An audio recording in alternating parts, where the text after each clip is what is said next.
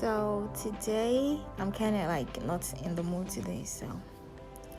I just want to show you guys how I made this baby shower cake. And usually when I'm not in the mood, I try like